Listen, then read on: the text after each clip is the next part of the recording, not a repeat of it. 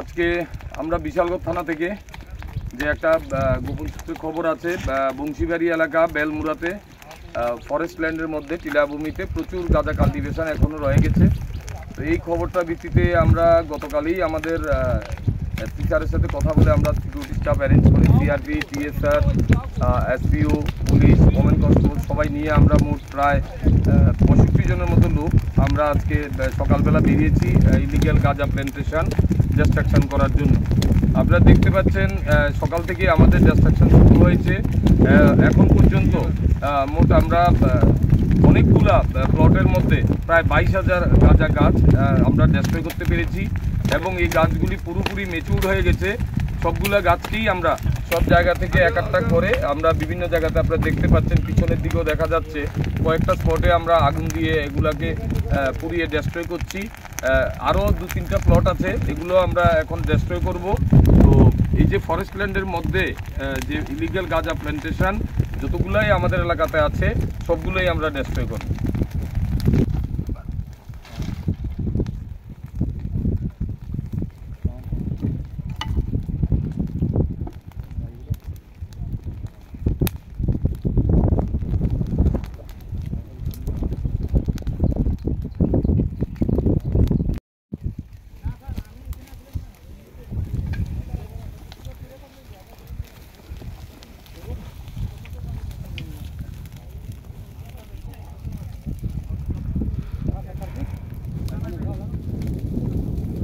খেরা তিনি ঘর খেয়াল খেলান তারা জম যেত না।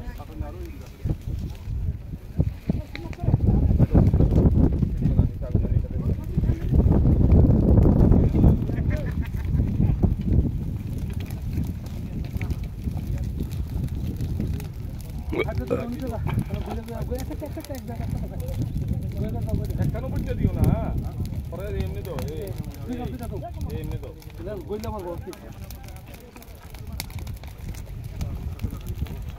দিকজান গাড়ি দিকজান